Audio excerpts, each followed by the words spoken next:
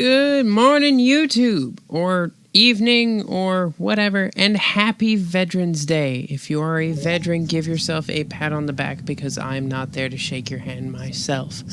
Today, we will be covering probably my new favorite Marvel movie, Doctor Strange, and we will be doing my personal review on it and how that movie just gave me all the nerd happy.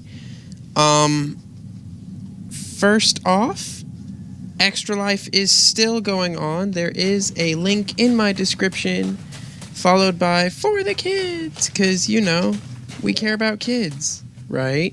Right. So first off, for the review, I'm going to cover the characters, starting with the Ancient One. Now, the Ancient One is the one character I think everybody that saw the previews for Doctor Strange was worried about. First off, in the comics, in the cartoon movie Doctor Strange from a few years back, it was made quite apparent that the Ancient One is always some very old, very ancient guy. Well, I am happy to tell you guys that the way they worked the Ancient One was great. Like, it left nothing to be desired for me. The Ancient One was well nuanced. It was explained how and why they were the way that they were.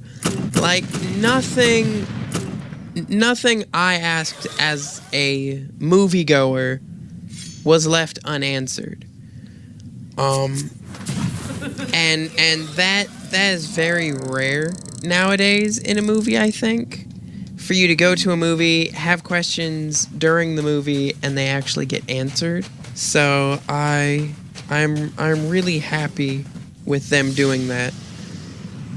Mordo. We all knew that if they put a Mordo in this movie, Mordo was going to be either about to turn villain, like in the Green Lantern movie. I know I'm a terrible person for even bringing that one up, but it has to be mentioned as a comparison. Like, when we all saw Sinestro in the Green Lantern movie, we knew he's either going to turn evil during this movie or it's gonna be a cutscene somewhere. And lo and behold, it was a cutscene. So we were all like, called it!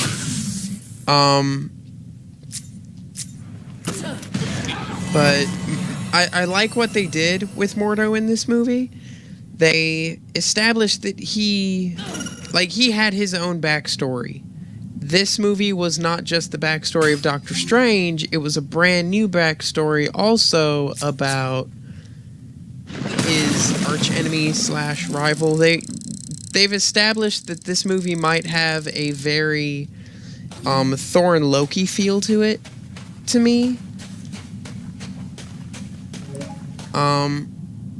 I really got that vibe that, like, I liked Mordo so much that I was like, okay, if they put him in a later movie, they could also do some very cool things where he and Strange will be fighting and then some uber enemy will show up and they'll be like, okay, time out, we need to go kick that thing in the face repeatedly with our magic, then we can go back to trying to kill each other. And Strange will be like, I hear that, I'm totally down for this plan.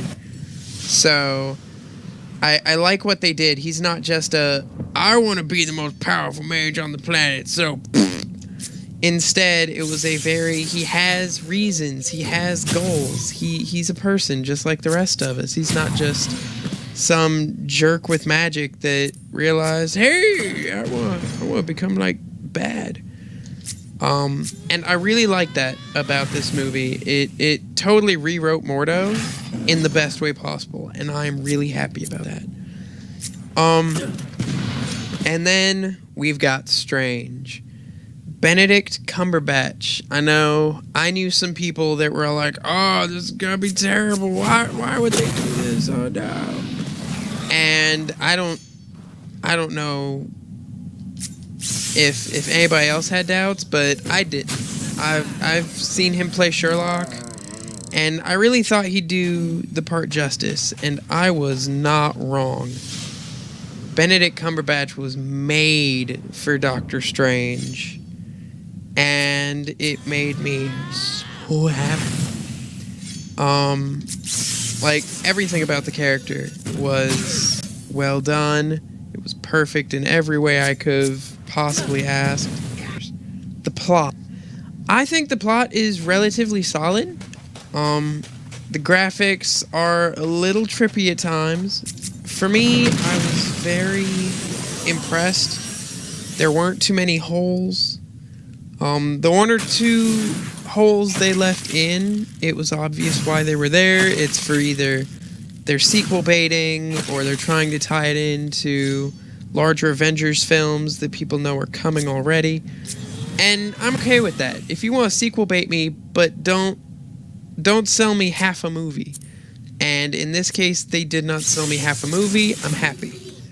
Like, this is a perfectly good standalone. And there is one thing I have against the movie, and that's that near the end of the movie, they point out that Doctor Strange's primary weapon in, like, the comics, and he's like magical Batman. And Batman has the utility belt and the grapple hook. Those are his two signature weapons of choice. For Doctor Strange, it's the Eye of Agamotto, which is that amulet you see in all the movie posters. The problem is, because their method of trying to sequel bait it was they made it canon that the Eye of Agamotto is actually an Infinity Stone inside the medallion. And I don't like that, because they've already alluded to the Infinity War movie in 2018 is going to involve the big villain ending up with all of the Infinity Stones. So most of the stones, it doesn't really matter, because those stones aren't being kept by anyone in particular. Like one, the Tesseract is in Odin's vault. The weird purple stone from Guardians of the Galaxy isn't even in the same galaxy as the rest of them, so they could have the villain just show up wearing that one and be like, I wonder what happened to that place, and just not tell you. But then you've got the Eye of Agamotto. You can't really take that one out of the game, because in a lot of the stories, that's what saves Strange. So I'm a little upset about that. And I understand why they did that. There's only so many places you can be putting those stones that would be believable. So aside from that, I'm pleased with the movie. You know what? I'll give it an 8.5. An 8.5. Doctor Strange had one or two things that, like the Infinity Stone thing. Okay, I get it. You needed to put one of the stones in the movies, and you're running out of movies before 2018. I get that. I do.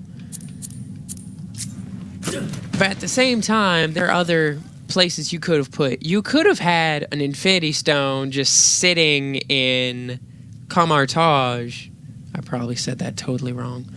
Or there's a room that's got a bunch of different magical artifacts and stuff, and artifacts choose the wielders. So it could have been one of the Infinity Stones just kind of floating around, and you're like, oh, that's cool, that's an Infinity Stone.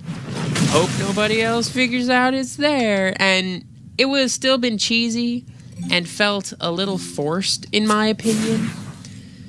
But I want to see. And it's the Time Stone, so worst case scenario, they're going to do this weird time loopy goodness where Strange will have the Eye of Agamotto simultaneously while the villain's got the Time Infinity Stone, because time loops are a thing in, just about any movie ever. So we will see how this goes. I really hope everything goes well for Doctor Strange. Like, I thought the movie was great. So we will see what's happening in the very near future for Marvel movies. They've really insinuated that he's gonna be in Thor Ragnarok, So you could see Doctor Strange versus Loki versus Frost Giants versus who knows what else.